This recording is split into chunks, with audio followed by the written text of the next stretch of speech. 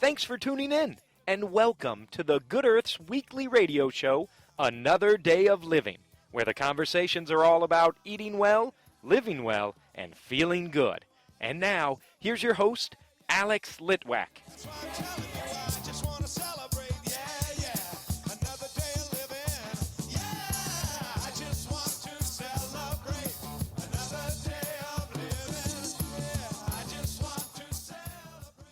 I don't know if our listeners will believe this, but Jim Poyser and I are sitting out in March, the balcony at the Good Earth, just so we can have a wonderful conversation about all things environmental. Jim Poyser, as many people know, is the Executive Director of Earth Charter Indiana. Welcome, Jim. Alex, it's so good to see you. It's been a while. It has. I don't think I've seen you since November. Well, we survived the holidays. Yeah. The Grand Consumption Festival. Yes. That we call Christmas, Hanukkah, and whatnot. Since we haven't seen each other since November, I know you have a lot to tell me. We have to start off with this incredible day here in March, with the wind blowing through our microphone. Yeah. The sun beating down upon us, and it really just looks like we're not going to get a winter. No, I think this winter season. is over. People say, oh, it's climate change, oh, it's El Nino, and I just want to point out, hello, it's both. You know, El Nino is, I think, more powerful this year, warmer, wetter, more profound, a change from our normal weather patterns because of climate change, because the surface temperature is warmer, because the water temperature in the ocean, in the Pacific, is warmer.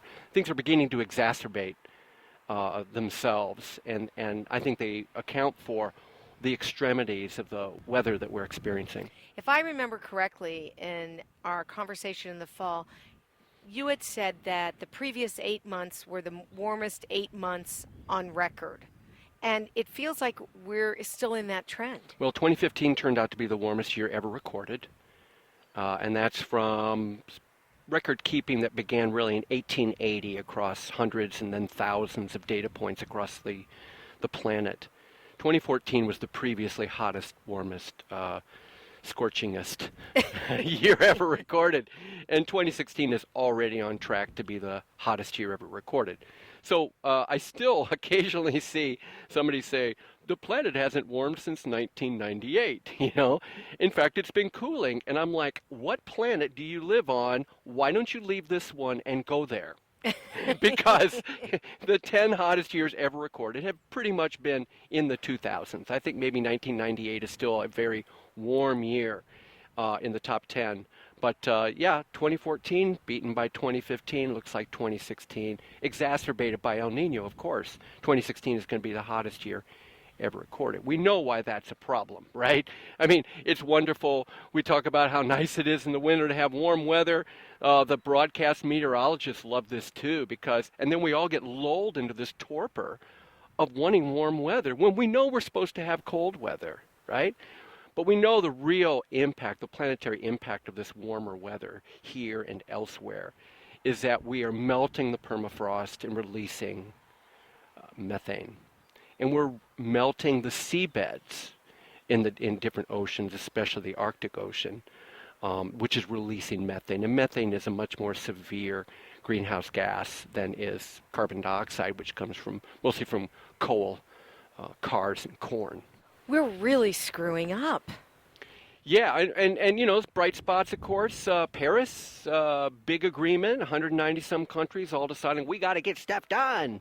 You know, and then the Clean Power Plan, the EPA put out a few months ago to just get every state to kind of figure out their own plan to reduce emissions, right? Well, what did our state do? Our governor, along with, a couple dozen or more states, they refused to adopt the Clean Power Plan. In fact, they're suing to stop it.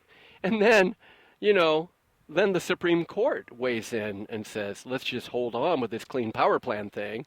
And then Scalia dies a week later, which, of course, might very well have altered that Supreme Court hearing had he actually passed away, 2 weeks prior. History is replete with these like near misses and near hits, but yeah, it looks like we're kind of willfully destroying this planet. Nobody really wants to give up what we have. Driving big cars, Using fossil fuels. Driving little cars. Yeah, because you ride a bike. You're a bike man. Yeah, I mean, not always. I sometimes drive a little car when I absolutely have to. But yeah, I mean, sacrifice is hard. But remember, we've been trained to be this way.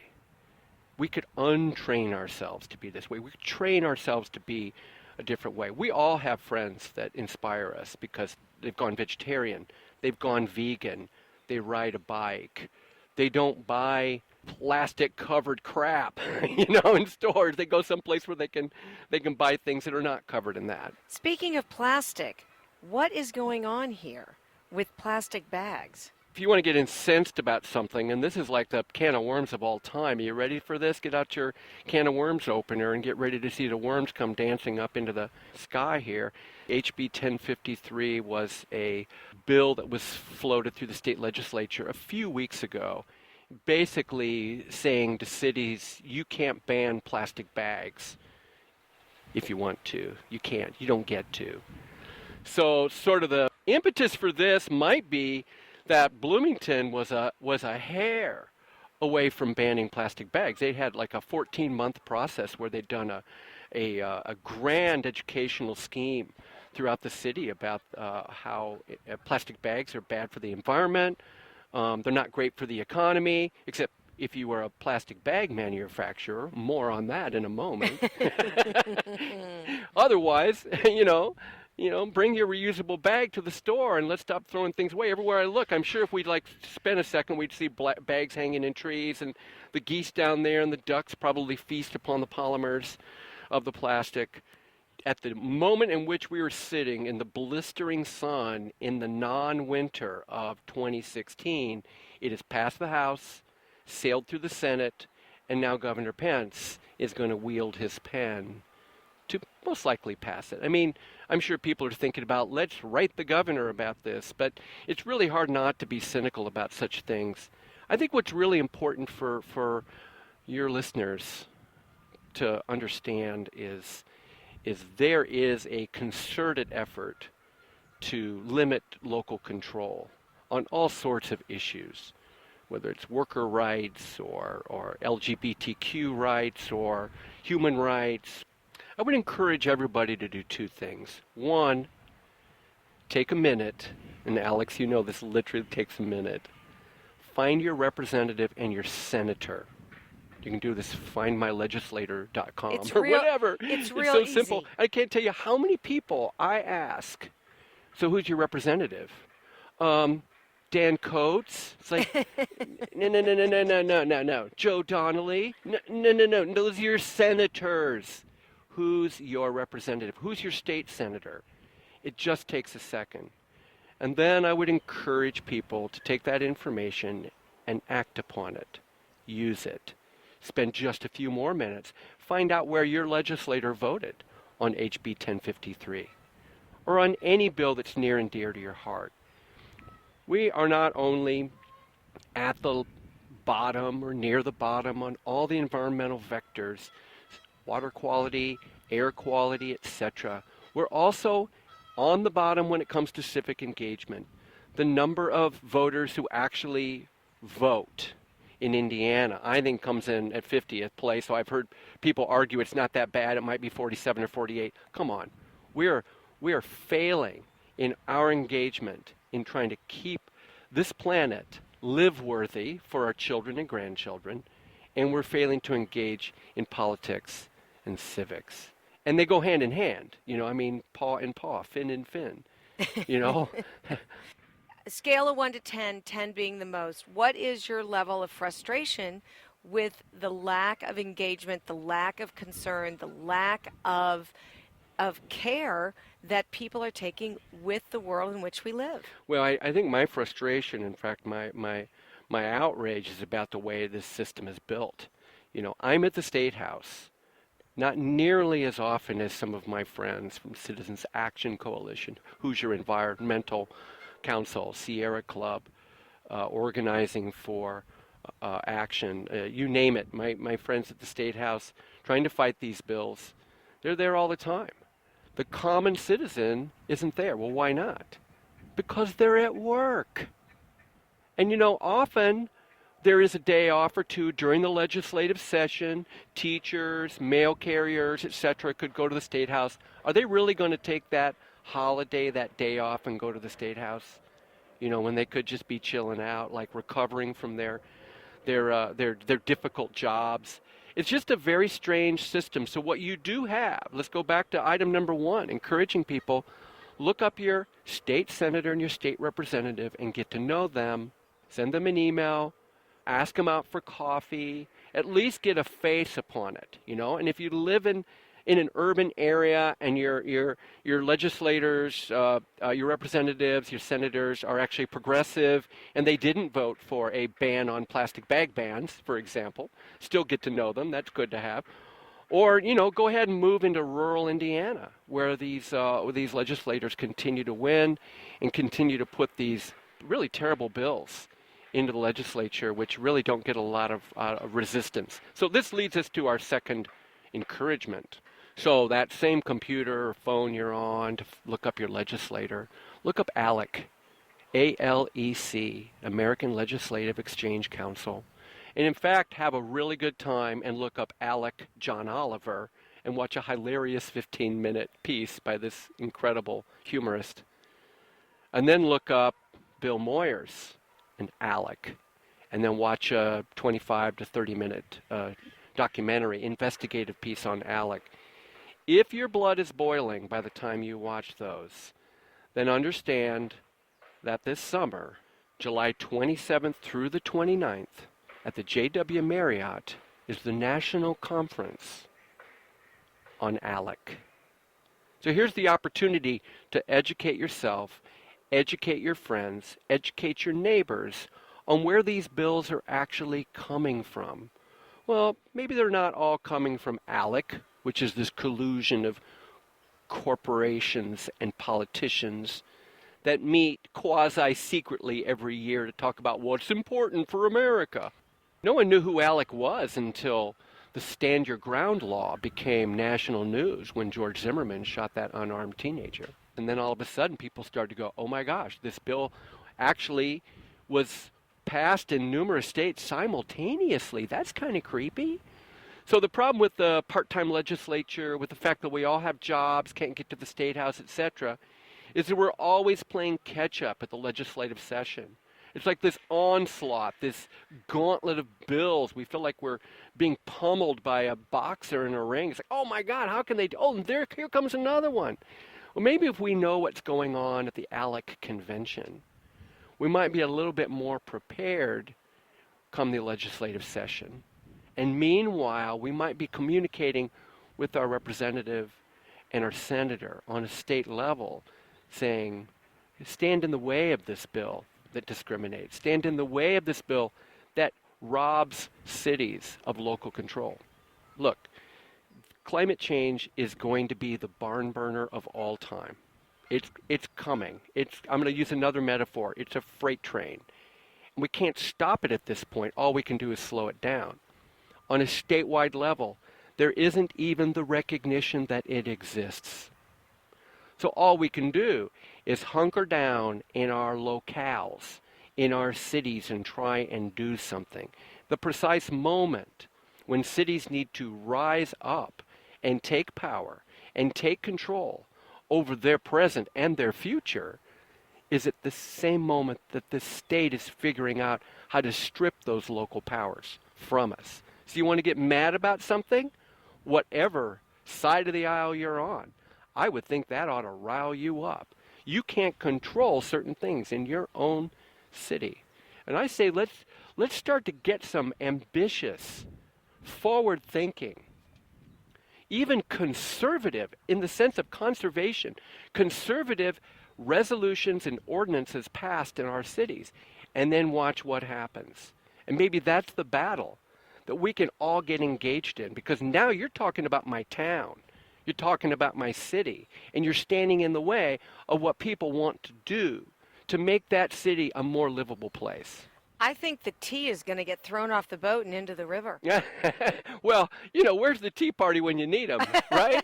I mean, hello, Tea Party. The Tea Party in different parts of this country are working with the clean energy advocates. It's happening in Wisconsin. It's happening in Georgia.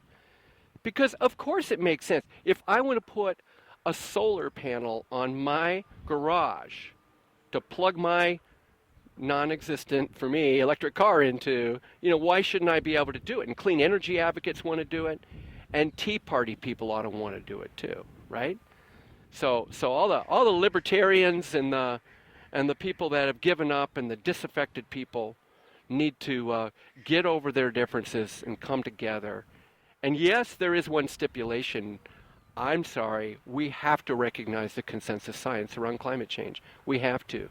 Our children's lives and our grandchildren's lives depend on it.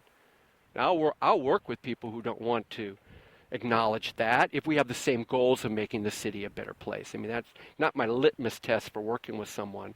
But I think it's important that there is a reckoning with the science. I finally saw The Martian the other day. I missed it during the big screen time, and I was like, what a fantasy this movie is. It's like it really displays an America that embraces science.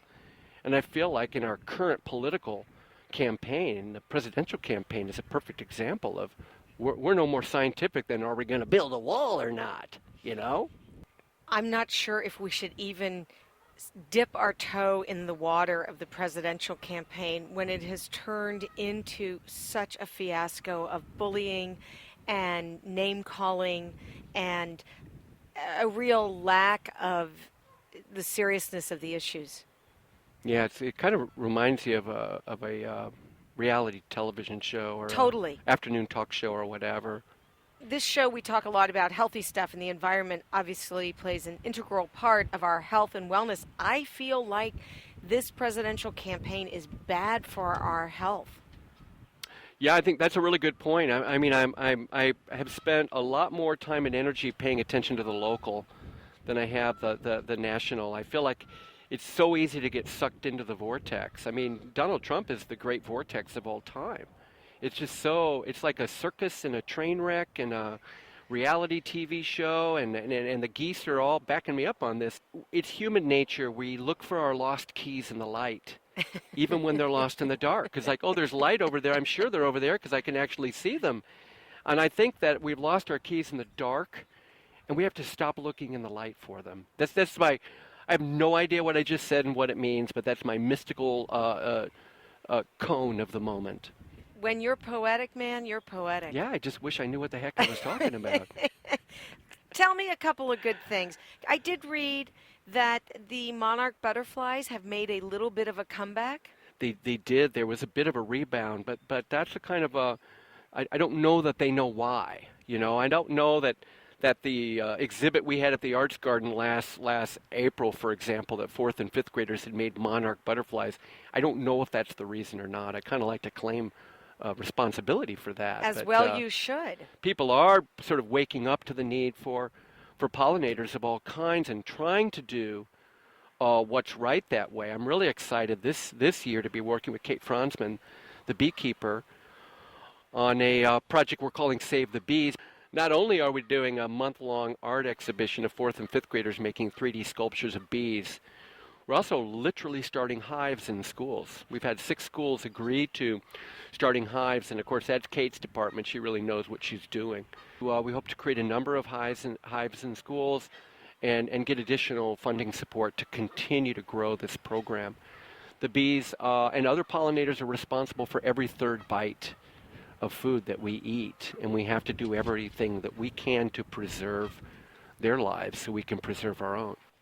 Every 3rd bite of food is significant. If we don't have bees and butterflies and pollinating our food, we won't have any food. Well, we have we would have some food, right? But we have a tremendous obesity problem, so maybe having 1/3.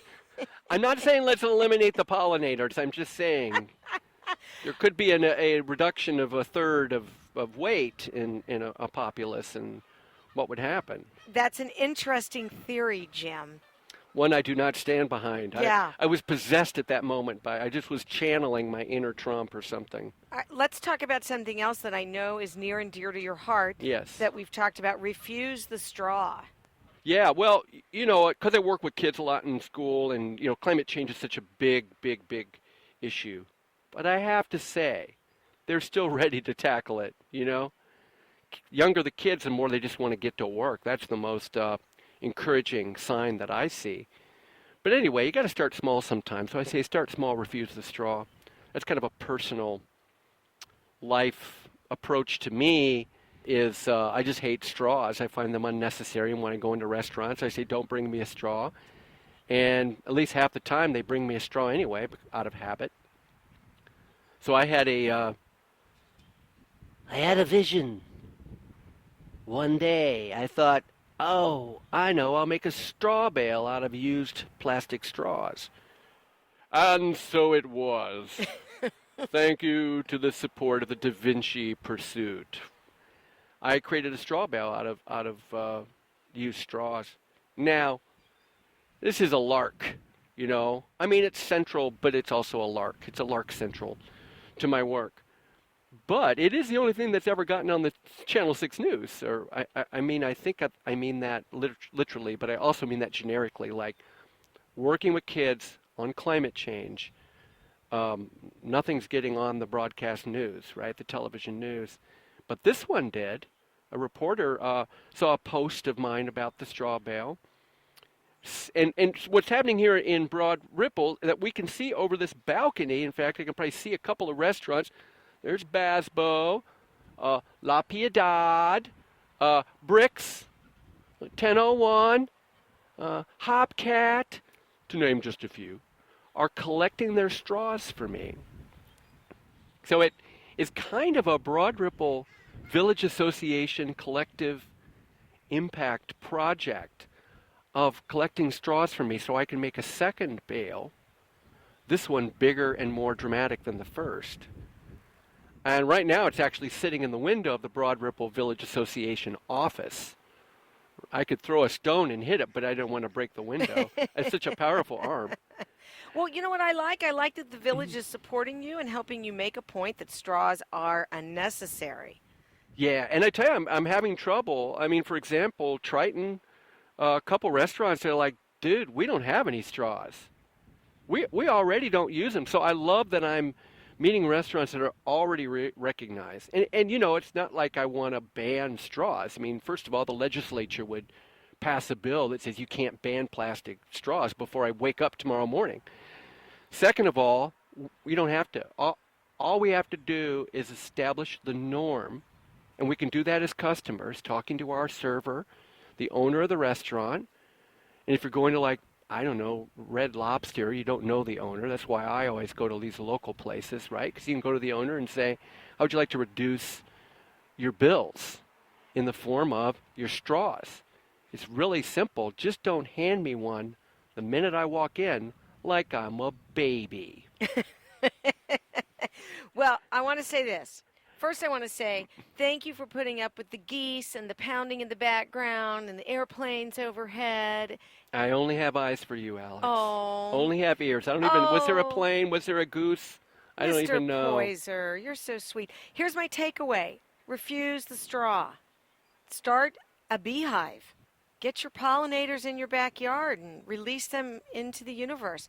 And pay attention, get out there, Google who your legislators are, and engage with them. It's so easy to send an email and start a conversation. Doesn't even cost you a stamp. It's weird. It's like you were listening the whole time. I don't know what that's about. You should have a radio show. I'm thinking You're about it. really good at this. I'm really thinking about it, Jim. Thanks for your encouragement. I appreciate it. So, as always, it's a pleasure. You warm the cockles of my heart, and I love learning what you're doing and what you're trying to do to save our city, save our planet. Thank you, Jim Poyser. Thank you, Alex.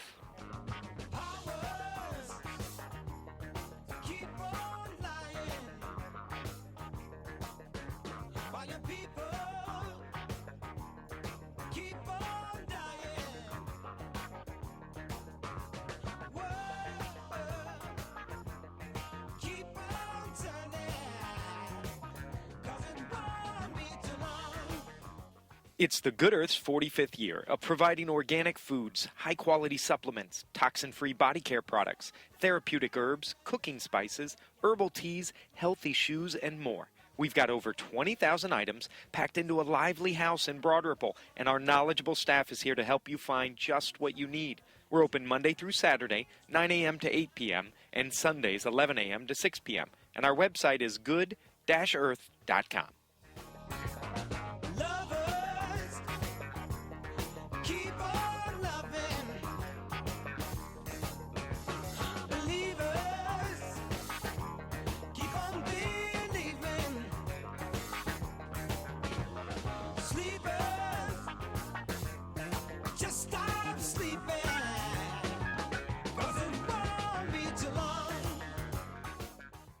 And now a little commentary from Ed Wank.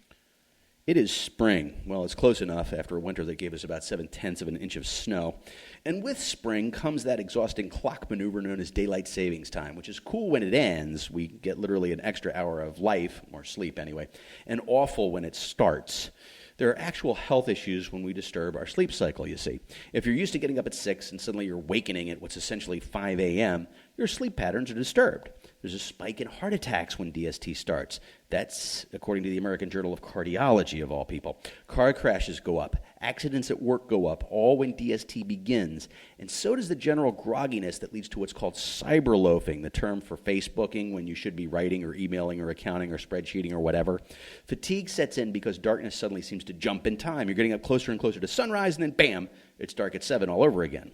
When you add up all the costs from this jump, you're looking at the economic impact of about $500 million, according to an article from Business Insider. Hey, you might remember a big fight over DST in Indiana. Then you might remember a big fight over what time zone we should be in. There was also a fight about some folks in local government trying to set the state back to 1956, but that's a whole different issue. Finally, we wound up in the Eastern time zone all year long instead of sort of spending the warmer months on Central time. Changing time zones and not moving is weird, but not as weird as trying to explain what Indiana was doing with their clocks to people who lived in other states. I have a solution. Have you ever heard the expression, it's 5 o'clock somewhere? Let's keep Indiana at 5 p.m., 24/7, 365. That's right, 5 p.m. all the time. Think of the slogans. Indiana, where it's always 5 o'clock. Hoosier happy hour never ends. Think of the tourist dollars for a state where there's no 9 and 9 to 5. Hey, we've got no mountains and no ocean, and we're trying to recover from RFRA. Here's a free gift. Restaurants and bars never have to close if they don't want to. Our economy is never shuttered for a minute. And best of all, whatever you've got to do on any random day, if it's always 5 o'clock, you're never late.